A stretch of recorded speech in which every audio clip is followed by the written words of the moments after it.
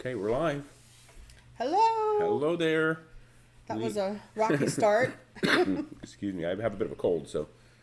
So do I. So does Missy, but it was a rocky start there. We were, 15 minutes late getting started. Yeah, sorry. That first stream just was not working, so we had to go and start a new one. So let's jump in the chat and say hello. I know Missy's been talking to people on there. Trying to. So hello there, Blaine, 2007. Fisher Adventures, hi there. Welcome. Thanks for joining us. We definitely appreciate it. Adventures of David and Aaron. D&G Explorers, hello there. How are you guys doing? Yeah, we met you guys on the Norwegian Bliss last year. Yep. And my mom's here, Joan. Hello. Joan's here. Wow. Hello, Joan. Who else we got? Karen Carter, welcome. So YouTube was not being friendly tonight. Yeah. MGM Traveling is also here. Mm-hmm. Welcome. And so YouTube was not being very friendly tonight. It wouldn't let me start the stream under the event, so I had to create just a brand new instant stream. So, but tonight we're here to talk about, we were on the 9-night inaugural sailing of the wonderful Norwegian Encore, right, from Southampton, England to New York City. So, Transatlantic cruise. Transatlantic cruise, yes. 9 nights. No land. No land, no stops, no nothing from the time we left Southampton to the time we hit New York City. When you saw New York City, people were kind of excited. They're like, oh, there's a plane. Yeah. Wow. Hi, plane. I mean, it was kind of funny that, you probably flew into Southampton on a plane or into London on a plane. Yeah. And they're excited to see an airplane after 9 nights and 9 days at sea. So, this was our first transatlantic cruise. Yes. So, and it was interesting because it was the maiden voyage of the ship. So you kind of had that in the back of your head. It was the maiden voyage, like the Titanic. The Titanic. We weren't going to sink. We weren't. Well, we hoped we hoped we wouldn't. We didn't sink. We made it. It made us to New York. There was no. Although they did have some talks about the Titanic while we were on the cruise. That's right. We went to a lecture. A lecture about the Titanic. So that was actually kind of interesting. It explained what was Yeah. what was real from the movie and what was not real from the movie. Yep. And kind of just some general history behind the Titanic and how they could have avoided the tragedy or the catastrophe. So that was actually kind of interesting. So Yep. Let me see what we got here. What else we got to talk about? So we the first 3 days. Yeah. Were not pretty. They weren't pretty. Well, actually, we even started out late. We got on the That's ship, right. and the first thing that we noticed after walking around looking at the ship was that they canceled the sail-away party. So we thought that it was because the weather was kind of windy and they didn't want to go out on deck. Yeah, they didn't want people to go out because it was cold. It was actually a very cold cruise. So that was our assumption, but we were wrong. The reason they delayed the departure was because of a storm. So they delayed it until about midnight, I think, when we left, about 6 hours. So once we left the docks, it was rough for probably almost 3 days of the cruise. Probably the roughest seas, well, it was the roughest seas we've ever been in. We've been in 22-foot seas before in the Caribbean, and we thought that was bad. But this was, I think one of the TVs, actually, they would give you updates every day of how fast we were going, where we were located, how high the waves were, and we didn't actually catch on to the waves portion. We knew that it was bad. We didn't know that it was telling you how high the waves were until a couple days into it, but I think the highest report we got was 46-foot waves. Yeah, that's what they reported anyway. That's what we heard. We didn't see it ourselves, but well, we saw big waves. We saw big waves, but we didn't see the actual. They had on the TV. They had a TV on the TV where didn't seem to get updated very often, so it was hard to tell really how accurate it was about how high the seas were. But like a third of the staff, apparently what they were saying was like a third of the staff was sick. The cruise director was even sick for an entire day, and he said he's been doing this for 12 years, he's never had an issue. Yeah. And Jeremy actually ran into him. Yeah, I ran into him. Talked to him when I was doing some video, and talked to him for a minute, and he said he was just it wasn't good. And then later on, I think it was maybe on the TV or during one of his stage shows, he said he was out for a day, like he couldn't do it. Which actually, I guess we did better than most, because we really didn't get seasick. I got queasy a few times. It depended on where you were on the ship. If you tried to do too much, if you tried to walk around a lot, that would do you in. So it kind of limited what you could do. So anytime we would go to a show or anything at the front of the ship, that was worse. And the bad part is the observation lounge at the begining or the front of the ship is beautiful. The whole front of the ship is glass. So you really want to spend time there. It's huge. It's up high. It's up high. It's beautiful. But you don't want to be up there in 46-foot waves. It was like up and down. The boat would go up, and then you would think, is it ever going to come back down? And yeah, it was pretty bad. We sat in the library one day, and that was the tail end of the really bad storms. And that was when I started to get sick because I was talking to one of the staff members and focusing on a person, and I could see the waves outside the window of the library, and I started to get seasick. So we went back and I took some Dramamine, but I actually never used the sea patches, which was odd because you always see people with sea patches on. You didn't see a lot of people. I saw a few people. Like 2 or 3 people the whole cruise. One person at the what was that where you get like your cruise next desk? I saw one person with one there. Yeah. But yeah, there wasn't really. I think the people that do Transatlantics tend to be more seasoned cruisers. Yeah. A lot of people had done multiple Transatlantics before, so they tend to be a little bit more seasoned. It looks like we have a couple questions here. So who was the cruise director? Do you remember who the cruise director was? We had him before. I know who it was. Good. So he was on the Bliss last year. Yeah, we had him on the Bliss last year. I believe he said he was on the Bliss. I don't know if he was on the Bliss cruise that we were on, but I think he was because I recognized him. His name was Silas. That's right. He was actually pretty good. Yeah. So I remember his name. That's a good thing at least. Yeah. Because I don't remember every cruise director's name. So he was pretty good. Yeah. He was a cruise director on the Bliss and again on the Encore. So that's who our cruise director was. Yeah, so MGM, Traveling, and Adventures of Aaron and David. That's crazy about the waves. It was crazy. Well, and it didn't end there. It got better. So it was kind of like there was a light at the end of the tunnel, and after 3 days, you thought, oh, good, we're back in calm seas. This is awesome. So they start opening up the decks. You were allowed to go outside again. It was kind of warm one day. It was kind of warm one day. I mean, we're talking maybe 50 instead of 30. Yeah. You still needed a jacket, but we kind of there was actually people out on the pool deck. Nobody in the pools, but there were people in the hot tubs. Yeah. But there were people on the pool deck, although they usually had jackets on, or they had a couple towels like completely covering them up. Right. But some people actually used. They had the water slides open. Yeah, they had the water slides open. I saw a couple of people using the water slides, which is crazy. And that was crazy. But man, I guess people are a glutton for punishment. Like we were wearing gloves. Like I had gloves on. I had a toboggan or a toque on, and there's people in the hot tub. That was crazy. Yeah, and I did the racetrack, which wasn't open for the first several days, but I signed up for the very first. It was actually the first time slot that you could sign up for that wasn't a double. So they do a doubles for like an hour where parents can bring their kids or whatever. And there was like an hour of that. They were a little slow on that. Yeah, it was they weren't very organized the very first day, which I guess is kind of to be expected when it's a first cruise, first time running the. Looks like we lost our stream here. Oh, I think the camera turned itself off. Let's see. There we go. That's bizarre. Sorry, technical difficulties. We're going to get a little bit of here of our settings. There we go. So yeah, camera turned itself off. That was the first. We're using the last couple live streams we've done. We just used the camera on the webcam on the computer. So we're going to have to figure out how to stop that from turning itself off. It's probably like a 15-minute time on there because I don't know, it's basically 10 minutes.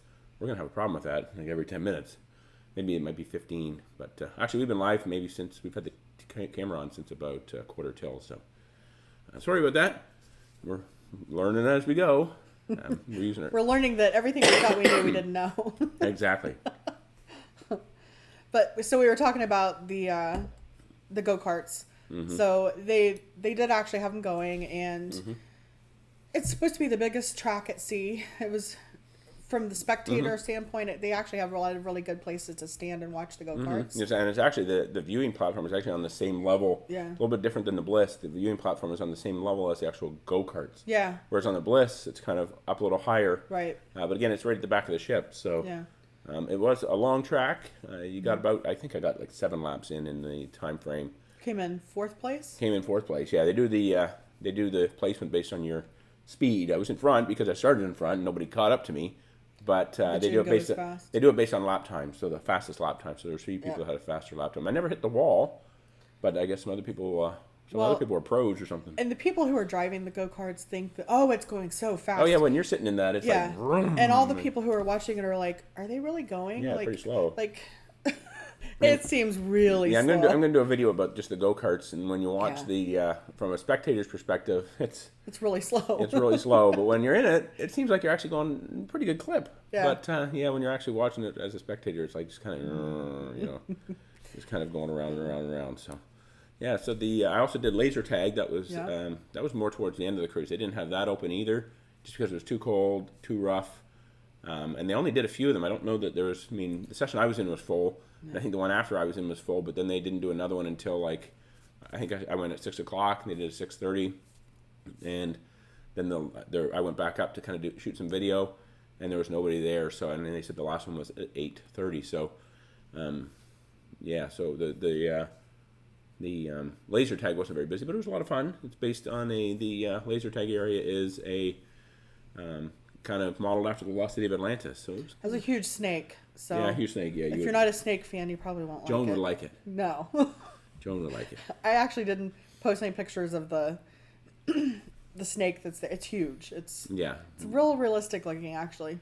Yeah, it's all right. It's just fake. Made out of plaster. The whole thing. Which actually, you're going to do a video, I believe, on the laser tag also, because he wore a GoPro chesty so that he could, use that during the go-karts and the laser tag. So. Yeah, so chesty. If you've seen any of the vlogs so far from the trip, when we were heading to Rome, I bought a new chesty. Then realized I didn't have a frame for my GoPro that I brought with me to actually put it in, and then I. So we went to buy a frame and. Went to buy a frame and bought a GoPro. Bought a whole nother GoPro. Yeah, just it was a GoPro 7 because they're bringing in the 8. $50 for a frame that we had at home that we weren't going to use again, or $200 for a brand new camera that was on clearance. So we got another camera. So we have lots of GoPros. Actually, D&G Explorers was asking if you need to make reservations when you get on the ship to do the go-karts. The answer to that would probably be yes. Now, for our cruise, I booked the go-karts for as soon as possible, and then when they canceled that, I made one for the next day, and then when they canceled that, I didn't make any more. So you do have to make a reservation. You have to make a reservation for the laser tag as well. But our cruise was only at 50% capacity. So actually, they say it was 50% capacity, it didn't seem like it. I would say we're ruined for cruising now because literally we could count the number of times that we tried to get on an elevator that there was even a person in the elevator. When you would press the button, it would come and it would be empty. Yeah. Every single time. So I'm literally spoiled now because when you go on a normal cruise... How are we going to go on a Caribbean cruise ever again? We're actually going on one in a couple weeks. Yeah, in a couple weeks. And it's like you're going to push the button and the door's going to open up and there's going to be 100 people that won't move in the elevator. So it's going to be a bit of a challenge. Yeah. And I actually overheard somebody saying that he was telling his wife, he's like, man, I don't know how we're going to do a regular cruise next year out of... They were from Europe, obviously. Yeah. He's like, I don't know how we're going to do. We're spoiled. It's like, it's a completely different, unique experience. And when you go to dine at like the main dining room, I mean, we ate the first night in the main dining room, and I would say there were maybe 100 people in the whole dining room. Maybe. Like, that's conservative. Yeah.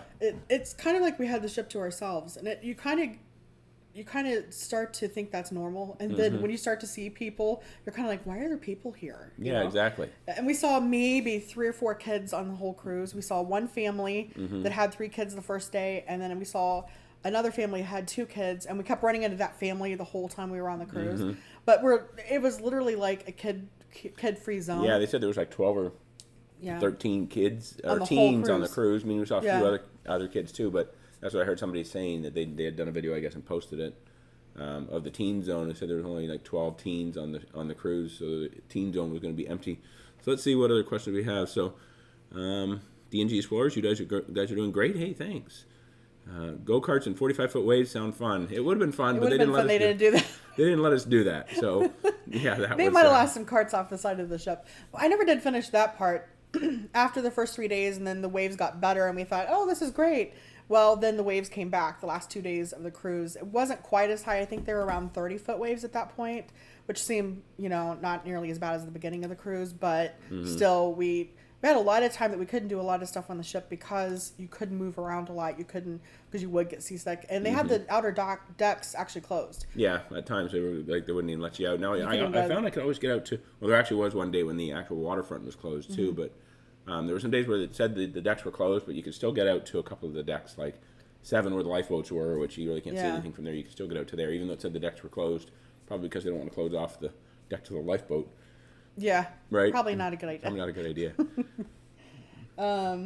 So what else here? Did you have to make one? We already answered that one. The VR area looked cool from Sharon at Sea Vlog. Yeah, that actually was a lot of fun. I went there. Again, if you're the spectator watching the people do the VR, it looks lame. It looks very lame. And I'm going to do a separate video just on that VR area. It was pretty cool. It was $8 per game, but they sold packages. They brought the price down probably around like $3 or $3.50, depending on how big of a package you bought. They also had a sports car simulator, which was essentially a sports car simulator. They buckle you in, and they have fans there that blow air in your face. But that was a flat fee, $20. So that you couldn't use that in one of your packages. So that was a little bit disappointing. But I saw a couple people do that. Seemed like they had fun.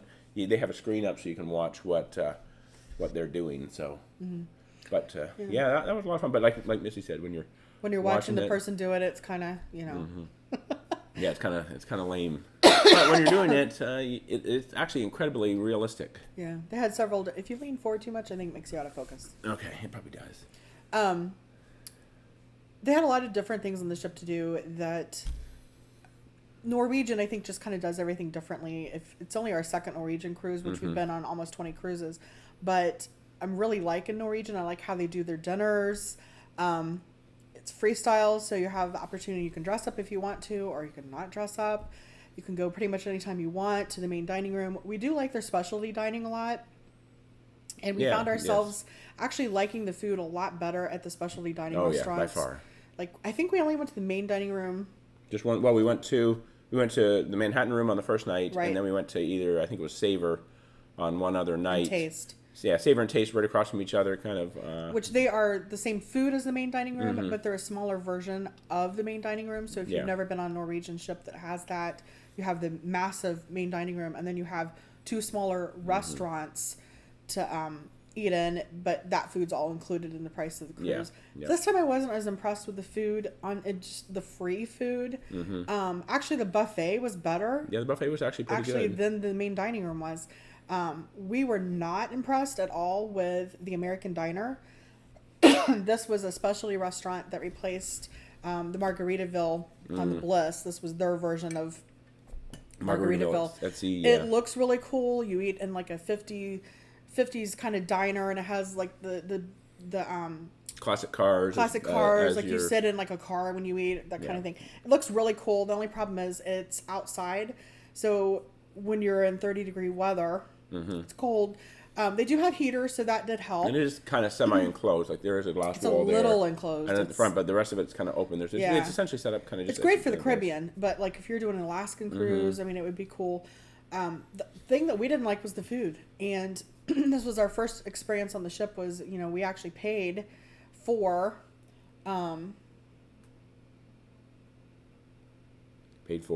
Sorry, the chat stopped for some reason. We actually paid for our food there, and we felt like we were robbed. Ripped off. It was bad. When you compare it to Margaritaville at Sea, I think they had a $16 cover charge per person at Margaritaville at Sea. $14.95. And then this place was strictly a la carte. So we paid the same amount. Like $30. $31.50 or $31.20 is the actual exact amount we paid with gratuity, and it was probably half as much food as you get. I mean the nachos that they called like loaded nachos, they were very tiny, whereas the volcano nachos at Margaritaville at Sea were huge. Right. So by the time it wasn't just that, they just didn't taste good. And nothing really had a good flavor. It seemed like the cheese that they had on it it reminded me of the cheese you got in school when you would go for school lunches, just cheap cheddar liquidy cheese, or you get it at a hockey game with nachos, just really cheap quality. Which we did actually tell them at the restaurant. We weren't impressed with the food quality. Yeah. And they sent over Are we still live? Yeah, we're still live. Okay. They sent over a manager. I guess he was supposed to be the maitre d', and we talked to him, and he basically, his response was, "That's nice." Yeah, they didn't seem to care. They didn't seem to care. So then we had to go back to the customer service to have my picture retaken, because the first 2 times they took it, apparently, and the terminal, it didn't work. So while we were there, we mentioned, hey, you know, we've been on the Bliss, we loved it, we loved the Margaritaville. We just wanted to let you know that we don't think the same quality of food is being served in for the price at least, for the price. If it wasn't nearly as expensive, it would be a big difference. And their response was, you shouldn't have paid for it. You shouldn't have paid for it. Well, we already ate it. Right. They were like, did you give them your card to pay for it? Well, yeah. Like we ate it, and we're not going to not give them our card to pay for it. Like, how would we know that we didn't like it unless we ate the food? Mm-hmm. So, and it was more or less just feedback, and they didn't seem to care. It was say, just, hey, we'll take a note on that, and we'll send it off. So, yeah. It wasn't very impressive. I don't know. I don't see that restaurant lasting. The chicken sandwich that Missy had was a little tiny piece of chicken, and actually, we confirmed it was actually dark meat chicken. Yeah. So, a chicken sandwich made with a chicken thigh, essentially, is what it was. That is very poor quality. A chicken sandwich. And it was like $10 for a chicken sandwich and a really small little order of French fries. Mm-hmm. And the chicken, actually, I made the comment that I felt we have it in our video coming up. Yeah, so. I had like a chicken slider on a normal size bun. I took 3 bites before I ever actually hit chicken. Mm-hmm. Like, Chick-fil-A is better than that. Well, yeah, Chick-fil-A is way better. Way better than that. And cheaper. Yeah. We Let's go back up here and say... see what kind of chat we have going on here. A ship to ourselves. Wow, that would be a surreal moment. It was. I have to admit, Karen, that was probably the best part about the cruise. I mean, you could just push a button, and an elevator would almost instantly open up, or you just have to wait like maybe 10, 15 seconds, and there was very rarely was there somebody else already in the elevator. David and Aaron had to run. Thanks for joining us. You're probably gone by now, but hey, thanks for joining us. Back to work. Kind of stinks, right?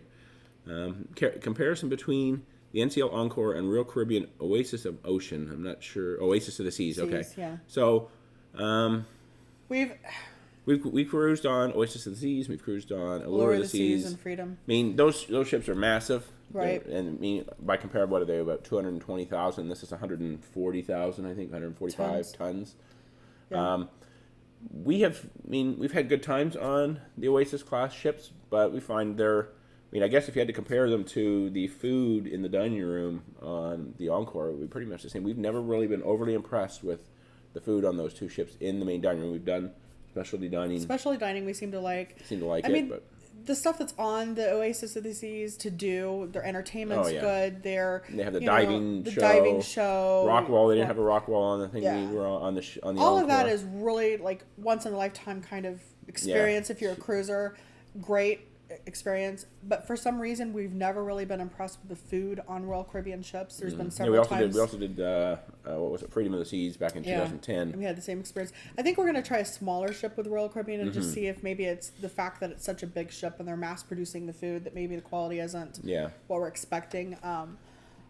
I think I actually like NCL better than Royal Caribbean from our experiences that we've had. If you're a person who likes to climb rock walls and, a lot of... there's lots of entertainment tons of for the stuff families. like that. It's great. Yeah, I mean, I'm saying the Oasis. If you're a person who wants to climb the rock walls and do things like that, like, that's obviously going to be a draw for you. But quality-wise, I think I actually really prefer NCL. Actually, the staff on the NCL ships that we've been on have been over and beyond... Oh, yeah. The service has been great. Yeah, other than that maitre d', they didn't seem to care, but... Yeah, other than the maitre d'. But yeah, the room steward, probably one of the best we've ever had. Yeah, he was great. Yeah. I mean, he was only probably taking care of like 3 or 4 rooms. Right. He was Actually, when we were in our room, we had a balcony room, and we had it like when you look at the ship, there's a little bump out on the side of the ship. So I purposely booked the one that is right in the corner. So it makes your room a little bit bigger, and then it makes your balcony about twice the size. Mm-hmm. So it actually is great if you ever get a chance to book a room that's right on that little bump of the ship. Yeah, we actually have a video just posted yesterday of the ship, the cabin tour. Yeah, the cabin tour. Kind of show you what we're talking about there. Yeah, but the balcony. I mean, you could actually get one of the lay down loungers out there. Fit. It would totally fit. So I actually really do like that part of the ship, and I probably would book that again. But the funny thing is, there was probably 6 or 8 rooms beside us that had no one in them. Yeah, we were the only people in that section of the ship. The one right beside us had somebody, but to the other side, basically, when you got off the elevator to where our room was, there was no we were the only guests. people. We were the only people. Yeah. So that was good. Didn't have to worry about people. There was sometimes every once in a while somebody would be walking through. So with D&G, we also enjoyed the NCL2. Is that the one you were looking at?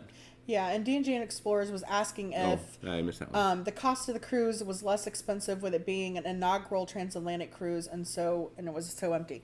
So kind of what we've learned is that on the inaugural transatlantics, they purposely book them less full. Mm-hmm. So I think it's kind of like a trial run for them. They don't want to overload the staff. Right. So, and I don't think I guess price... if it sinks, they only lose half the people instead of a full ship.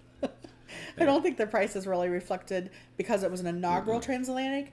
But in general, transatlantics are a lot cheaper. You get a lot more bang for your buck, which we actually had a transatlantic booked next year on the Carnival Mardi Gras. Mm-hmm. And it was a 14-day cruise. And it has like 4 ports. But after this experience, I think we kind of realized that in the fall, if you do a transatlantic, you're going to be in a much colder cruise. And so you're really limited if there are rough seas on what you can do. Mm-hmm. So I think if we do another transatlantic, which we like the concept of it because it saves so much money traveling back and forth to Europe, if you can tie it together with like a land-based trip, which was what we did on this trip. We were in Rome and in London and Brussels. I think a spring one traveling over to Europe from like Florida or I think that's probably what we will do in the future. Yeah. So we actually canceled, or I still need to cancel it, but we're canceling our transatlantic next year on the Mardi Gras. And while we were on this cruise, we booked a British Isles cruise on Norwegian for next year during that same time period in September. So it's a 12-day cruise, and I believe there's 9 ports, and it has an overnight in Dublin, Ireland. Mm-hmm. So I think we're going to be happier with that. I wouldn't say don't do a transatlantic, but I would think about when you're doing your transatlantic. November, probably not the best idea. I wouldn't do it again in November. Yeah. So DNT also says we've enjoyed NCL too. Big difference going back to Disney for our next cruise in February. I can imagine. Yeah, Disney would be great. That's the one transatlantic that I would like to do is a Disney transatlantic, because the price of a Disney transatlantic is basically the price of a Disney 5 or 6 day cruise on the Caribbean. Yeah. So if you really are going for the ship and the things that are on the ship, which to me, Disney, you want to spend as much time on the ship as you can. I think a transatlantic would be a great way to go. And we may actually do that. I can see us doing that. Yep. Okay, so let's see here. So D&G Explorers were also not impressed with Margaritaville on the Escape. We're going on the Escape, but actually it's the cruise we're going on in December. Yeah. That's kind of disappointing to hear. So I just watched a video. I think it's Traveling Flamingos posted a video today of a ship tour of actually it was the Breakaway, I think, or the Getaway. And the price of it was different there than it was on the Bliss. So I'm not sure how much do we... to actually eat in the restaurant. Eat in the restaurant. So how much was the cover at Margaritaville Sea? Was it like a per item, or was it a flat cover? I'm just on the Escape. On the Escape. I'm kind of interested to know. They said it was a flat cover, but it was only like $5.99 or something like that, or $7.99 on the Getaway or Breakaway. So I'd be interested to kind of know that. Disappointing to hear about the American Grill. Yeah, hopefully they work the kinks out on that, because that was not a good experience. Somebody asked earlier in the chat about the broken glass and the balcony that was ripped off in the seas. There was pictures of glass in one of the Haven rooms on the balcony that was shattered. I mean, completely shattered. Mm-hmm. And it was still intact. Yeah, it was there, but it kind of like tempered glass. Yeah, kind of like a windshield in a car. Yeah. But the waves just destroyed it. And then there was also a person, and I'm not sure where it was on the ship, but his balcony railing was ripped off and the glass. So I guess if he walked out onto his balcony, he would have just... No, that's not good. Yeah, that's not good. I'm sure they probably moved his room. Probably, yeah. One other thing, we were in the observation lounge one day, and they had some like kind of art sculptures there. And it was kind of 2 kind of circle-looking things, and they were glued to the base. One of them had fallen over, so they did have that corrected before the end of the cruise. So I went back there and saw that. So it's probably a pretty easy correction. Actually, the one thing I really like selling from Europe is you meet a lot of people. Actually, we met more Americans than I thought we would. Yeah. Oh, yeah. I was shocked at how many Americans were on this cruise. And a lot of them that we talked to literally flew over like the day before the cruise and just cruised back, which I don't know. To me, we were gone 19 days. So like we flew over, we spent some time in Rome. We did, several things because it's a long trek over there. But it is really fun to talk to a lot of different people in different areas. And everybody was so friendly. Yeah, absolutely. Actually, that was the biggest thing, because when we were in Rome and London, I mean, people were nice, but it seemed like everybody on the cruise was so happy to be on this transatlantic cruise. It's a weird experience, actually.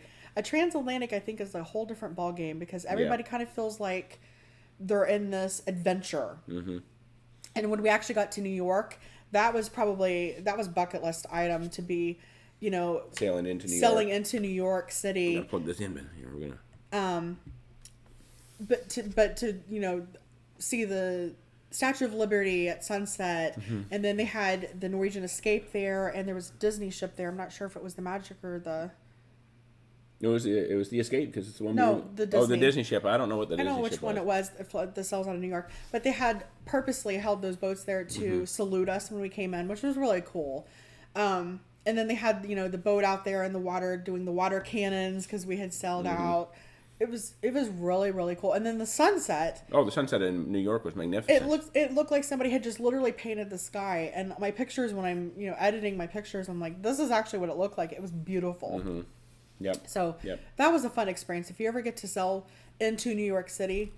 Yeah, that was pretty cool. That was probably the highlight of the entire cruise. It was. And maybe it's because you're like deprived for 9 days. Like, oh my god, And they actually had a lot of the staff out on the decks with us, which I thought was really cool. Literally, the whole decks were covered with all of the staff came outside, and they were all taking pictures of the Statue of Liberty, and they were all excited. And I think it's because we all survived. You kind of felt like at the end of this adventure that everybody was, you know, like high-fiving, like, hey, we lived through it. We survived. We survived. One of the comedians made the joke of like, hey, I've been on a transatlantic. I survived. Don't mess with me. Right. You don't know what I've been through. Right, 46-foot seas. And it's like, don't mess with me. I've sailed the North Atlantic. Right? I think we need T-shirts that said, we sailed the North Atlantic. Survived my transatlantic. Okay, so let's see. So somebody's asking, how do you recall how much the go-karts cost? The go-karts were $15, I think, flat fee. Yeah, they were $5 higher than they are on the Bliss. Yeah, they may be that high on the Bliss now too. I don't know, but they were $15. Laser tag was $9.95. So I mean, I remember. I think we paid $10 on the Bliss for the go-karts. Yeah. So maybe they've gone up on the Bliss too. I don't know. The virtual thing that you did. The virtual reality thing, that was. You could buy like a card that was for the whole week. Like you didn't have to use them all the same day. I don't know if they had an unlimited. They didn't try to sell me like an unlimited plan, but they sold me you could get $8 for each game. You could buy one card of 4 games for $20, so it took like $5. Another card that had 18 on it, and that was $40. So the 5 was 20, the 18 was 40, or sorry, the 10 was 40, and then they had one for 18 that was $60. So for value, if you have a big family, you would want to buy, or if you have a family really that wants to kind of play in the Galaxy Pavilion, you'd probably want to get the bigger picture, get a card. But you don't have to use them all at the same time. Correct. Yeah, you can use one day and then go back a couple days later. I actually used 3 one day and then went back, I think it was the next day or the last day of the cruise, and used the last one. Which we were kind of thinking, okay, well, the ocean's so wild, like you should have done them all the same day. But you've actually found time to go back and do one. Yep. I'm going to do a full video on that too. The show's on the ship. If you've never seen Choir of Man. Choir of Man, yes. That was the best show we have seen on any ship. It was excellent.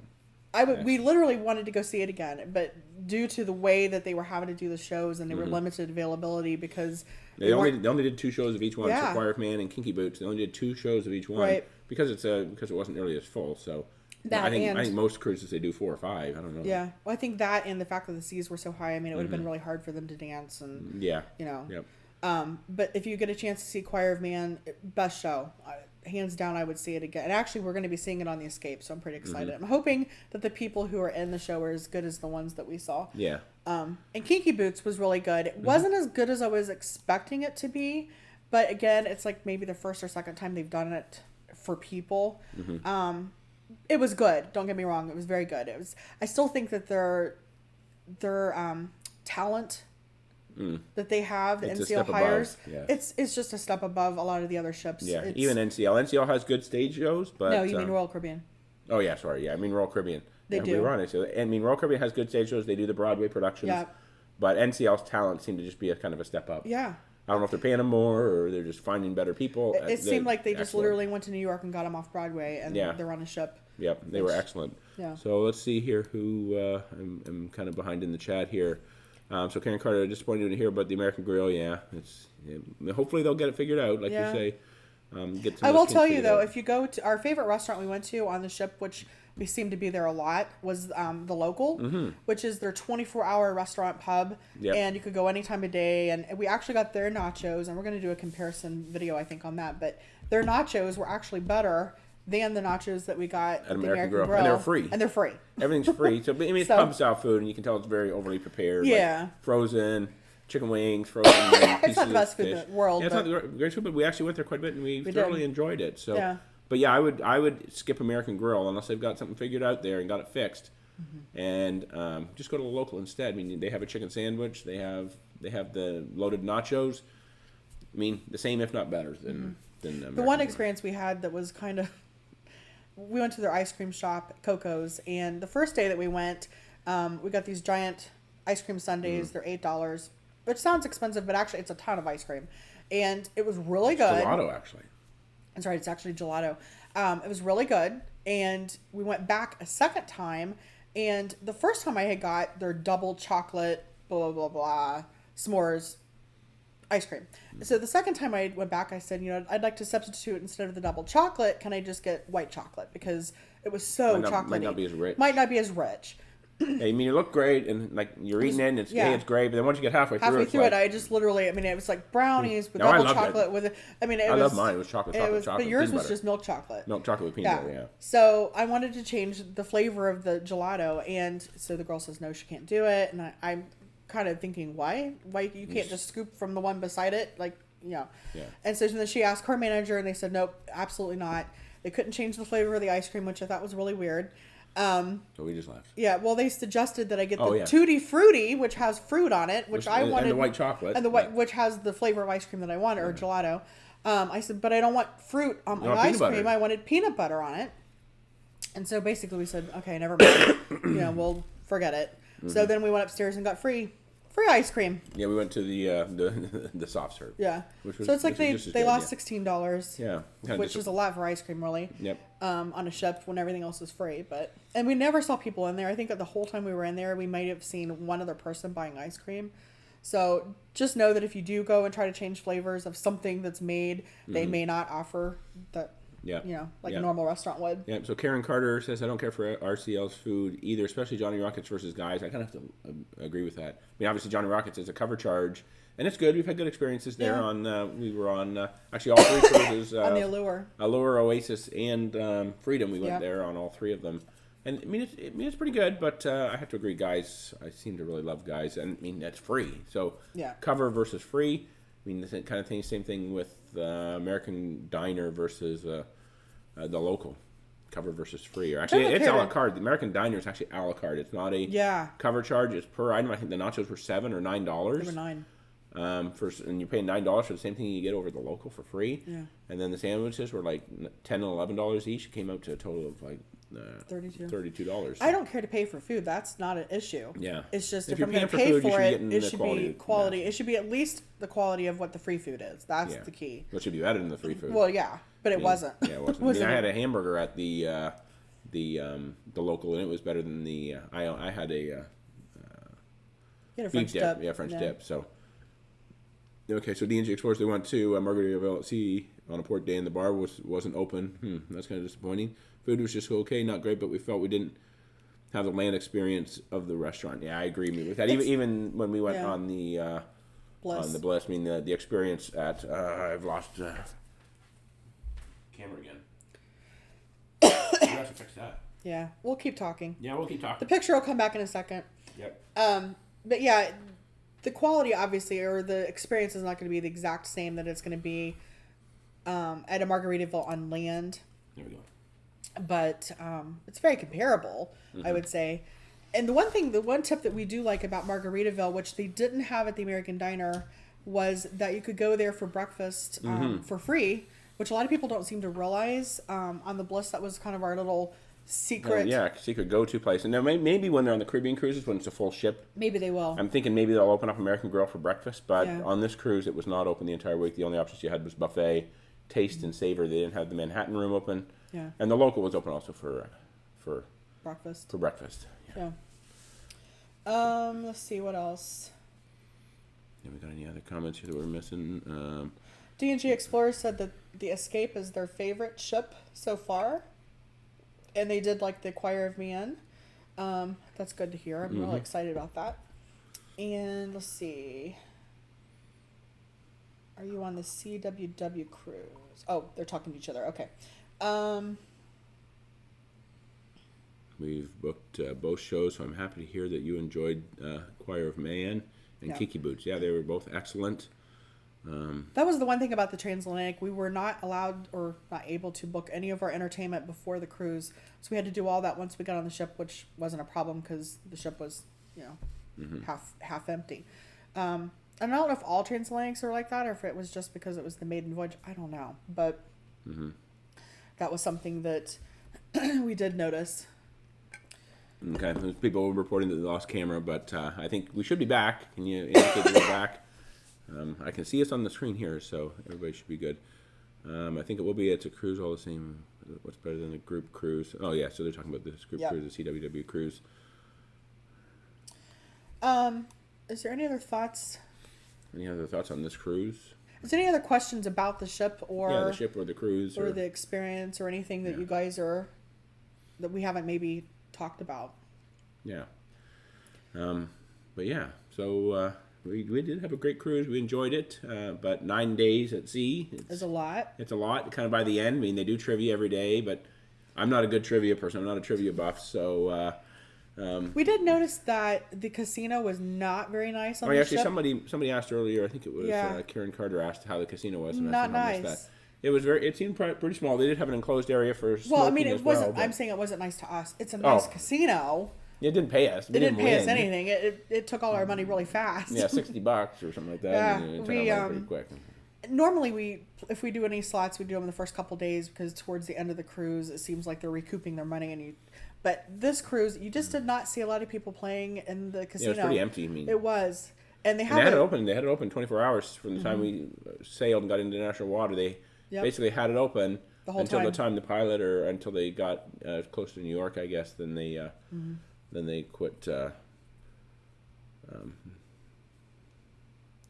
Okay, so we have another. Did you find the crew knowledgeable? So I would say yeah. I mean, yeah, for the most part, I would say they were knowledgeable. Actually, a lot of people in the Facebook pages groups that I was in during this experience, I had made comments about certain things, and they had said it's probably it's their first cruise, but I'm sure NCL doesn't go out and hire brand new people who've never been on a ship. Yeah. I mean, our actual room steward said he'd been with NCL for 7 years. And so, I mean, I'm thinking they have seasoned people.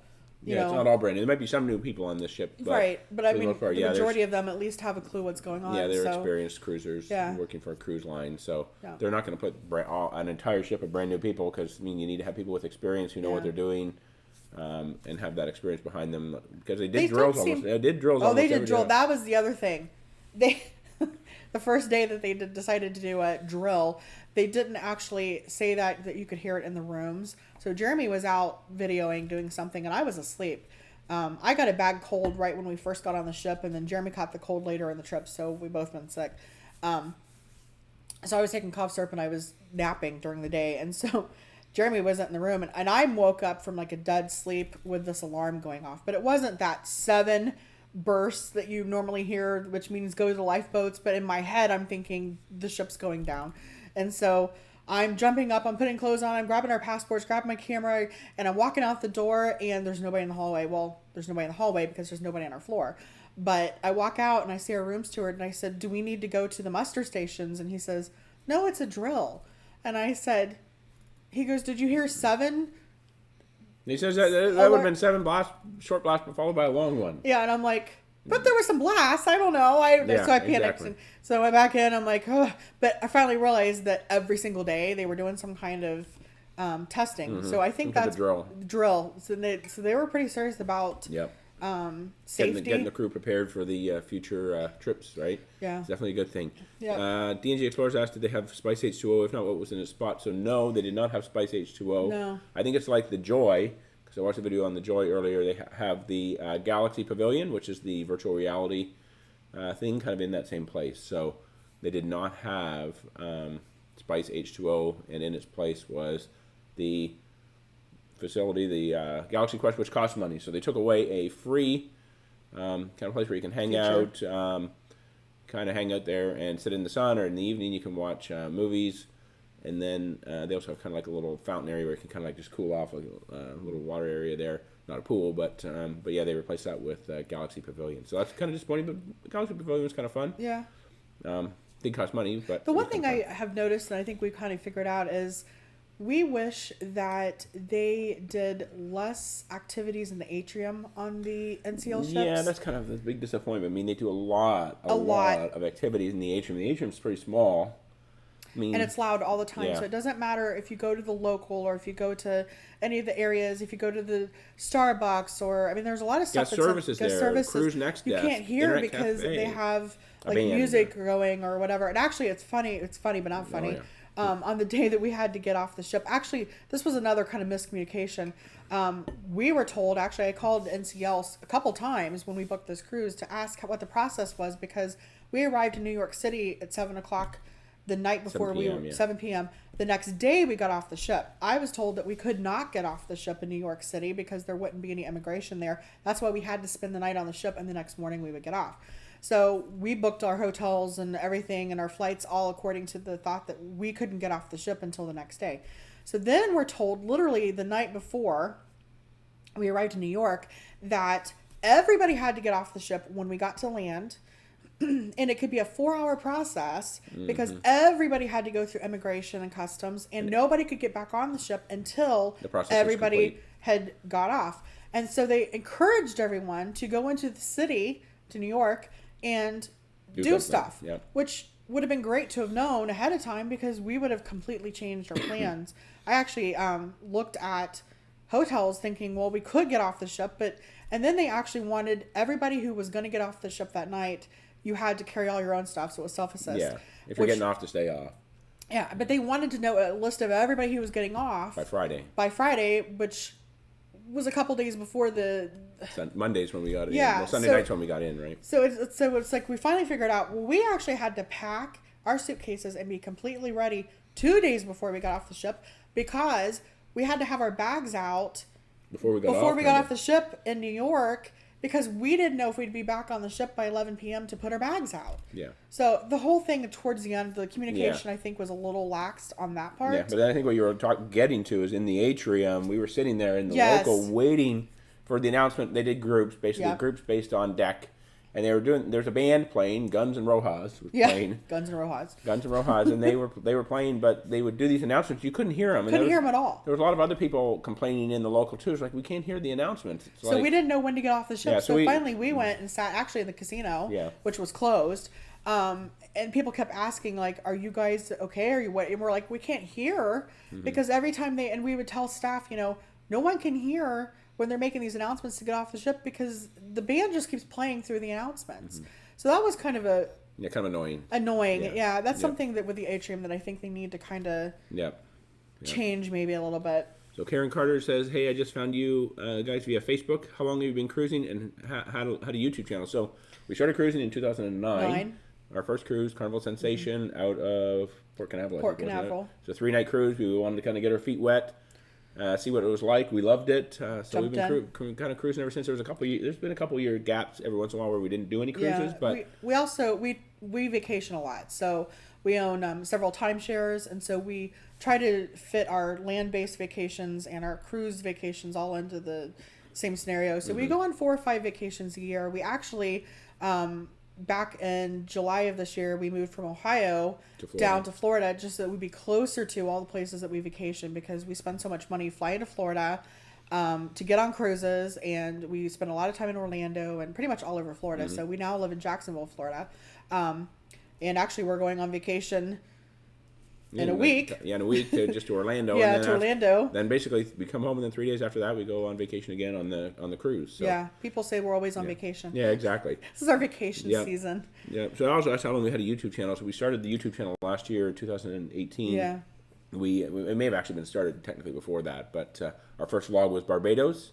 Yep. Our first big vlog. We did a 12-day land-based vacation there. So if you haven't watched those are interesting. Mm-hmm. Driving on the opposite side of the road. Driving on the left versus the right. Yeah, for 12 days on a Caribbean island. We rented a cruise, we rented a car. Rented a car. That was actually a lot of fun. We like to do that. We like to go on cruises, and if there's a place that we really like from a cruise, then we try to go back there and actually stay, which is what brought us to Rome this time. We did a 10-day Mediterranean cruise in 2016, and we really loved Rome. Out of all the places we went, that was the place we wanted to go back to. So we spent 5 days in Rome this trip.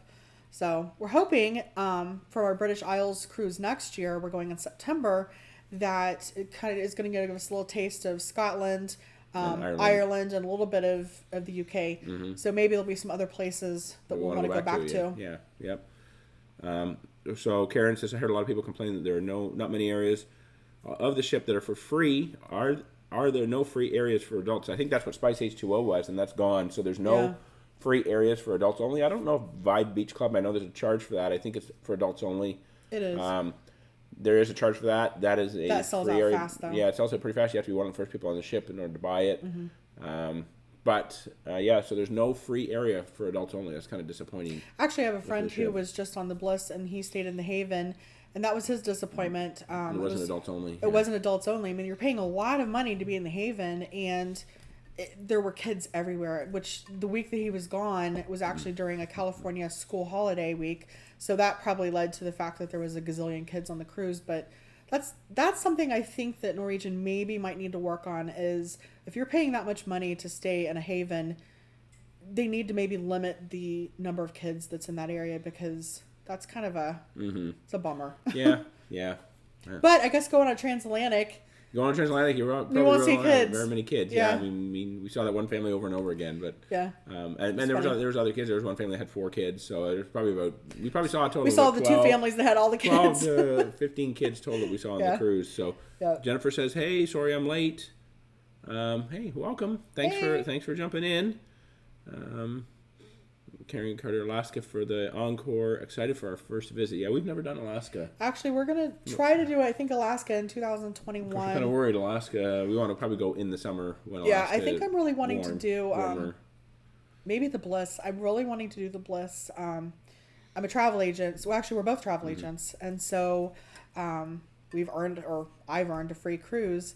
And so I keep kind of thinking, okay, I've been everywhere in the Caribbean. Where do we want to go to get our most bang for our buck? And Alaska is the one place that we have not gone. So I think after this experience of having to be gone for 19 days, not being able to do laundry for 19 days, having to take summer clothes because Rome was hot, we wore shorts. Mm-hmm. And then we went to Belgium, which was 30 degrees. 30, I think it got up to 35, didn't it, that day? I think it was 31. Was it 31? Yeah, it was cold. And then London. And so this whole cruise, so we had winter clothes and summer clothes all on the same trip. So I think if I can survive that many days, then I can probably do Alaska. Yeah. Yep. Yep. Okay. So if there's any more questions, we're probably going to start to wrap this up. We've been on actually almost an hour. By the time we actually got it started, it was like quarter after. Technical difficulties. So I apologize for that. But so we're probably going to wrap this up unless there's any other quick questions. We're trying to get our videos out as quickly as possible. So we have the ship tour, we have the cabin tour. I got to get through some of the Rome vlogs, Brussels and London, and then you'll start to see vlogs probably mid next week, hopefully. Creating vlogs is a very long process. Yeah. And then also I'm going to do some other videos on different parts of the tips and stuff, and what we liked, what we didn't like, that kind of thing. So definitely keep an eye out for that. So if you haven't subscribed, be sure to do that. Yeah. And if you haven't already, please be sure to give this video a thumbs up. We'd definitely appreciate it. And I think we travel a lot, so we get behind on our videos because we travel so often. Mm-hmm. So we have a lot. We're actually still working on some stuff from January. I've got a few Cancun vlogs to still get out, but I'm going to kind of put those to the side. I'll probably work on those kind of as I'm working on the trying to get this out quicker. Vlogs too. Get this out a little quicker. Yeah. So D&G, looking forward to the vlogs. Hey, thanks. Should see those here shortly. Great live. Thank you very much. I definitely appreciate it. Your vlogs are amazing, guys. Hey, thanks, Jennifer. Definitely appreciate that. Yeah. We try to create content that people will enjoy, and we're definitely going to try and start putting out more tip videos. So we do a lot of vlogs, but we're going to try and start doing some more tip videos now. We're pretty organized when it comes to travel. Like, I kind of go over the top with planning, and we have binders, itineraries, like I plan out everything. So if we go to a restaurant, I know where we're eating, how much we're spending, what we're doing for a year or two in advance. So we're pretty organized. We just need to get all of that out on our videos more, I think. And now that we're finally settled into our new place in Florida, I think we're going to have a lot more local videos. We're going to start exploring the area because there's lots to explore. We did St. Augustine like a month ago with my parents when they were in town. So definitely there's so much to do. 25 minutes south from where we are in Jacksonville. So I think we're going to wrap this up. I think. Actually, we're going to the movies. Yeah, we're going to go to the movies after this. Movie. The late show. So definitely appreciate everybody who joined in. Yes, thank you very much.